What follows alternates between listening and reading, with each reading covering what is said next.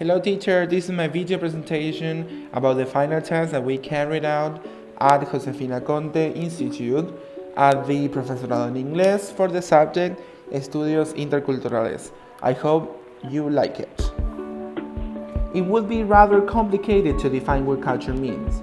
What someone may do is to go and look for a definition according to anthropologists, who are people devoted to study culture along history. Even so, each school of thought has a different perspective when defining culture, and that is why each of them slices the culture pie in a very different way. And that is why here I'm going to define culture as everything that humankind creates, from masks to myths, from marriage vows to slang, from ways of saying hello to ways of saying goodbye. And what is crucial to understand is that every single culture is different. And what we must do is to accept the culture complexity. Following this idea that we have to accept every single culture the way they are, I can say that English, specifically the American English culture, did change many things in my life and helped me all the way to be the person I am nowadays. And guess what? It still does. According to the National Standards in Foreign Language Education project carried out in 1996, there are some definitions linked to what culture means. And these definitions are called dimensions of culture. And they include products, practices, perspectives, communities, and persons. So the first dimension of culture that I have just mentioned is products. And by products we mean all the artifacts produced and adopted by a culture. And they range from tangible objects like clothing, tools, documents, buildings, etc., etc., etc., to more elaborated ones like written and spoken language, music, religion, etc. So in this case, products had a great influence towards my learning process of English as a foreign language. Why? Because when I was a kid, I used to play a video game called GTA. And in that video game, many cultural products appeared. For example, buildings, cars, signs, etc., etc. And in this case, I had to know at least 2 or 3 tricks in order to succeed in that game way easier. But of course, since it is a video game that was created in the USA, I had to know them in English. So as I mentioned before, those tricks included, for example, weaponry, weather tricks. For example, you can turn a rainy day into a sunny day, or maybe you can make the cars fly, etc.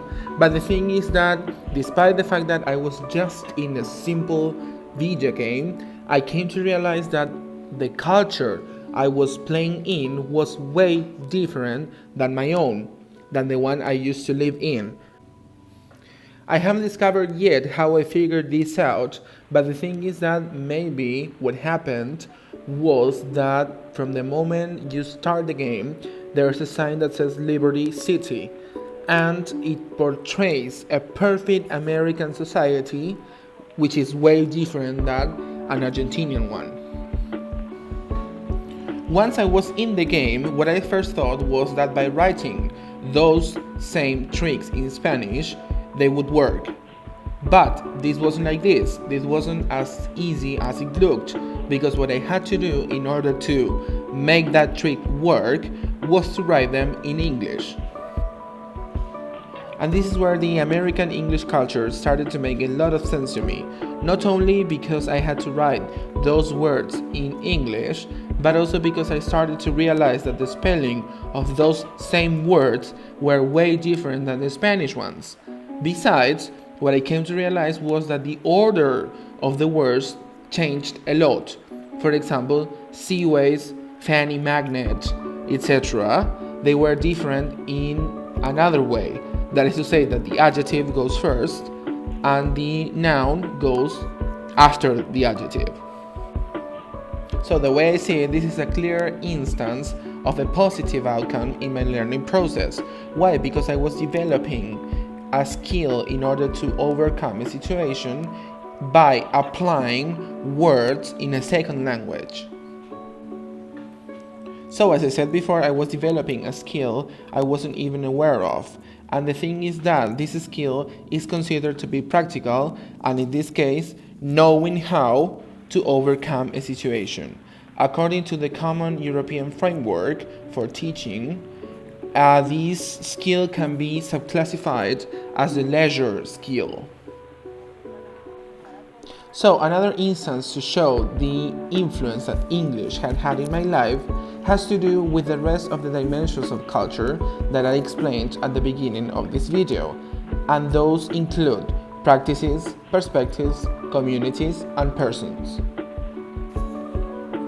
So in order not to be messy when defining these dimensions of culture, we can say that a culture has members who embody in unique ways a community in a specific context, carrying out actions and interactions considering their beliefs, values, and attitudes, that is to say, their perspectives.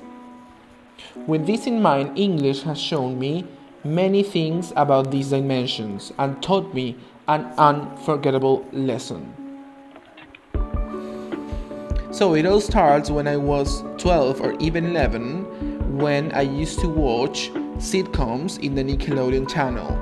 The thing is that scenes were places like a place to drink coffee, a place to drink a smoothie, or eat donuts, for example, appeared.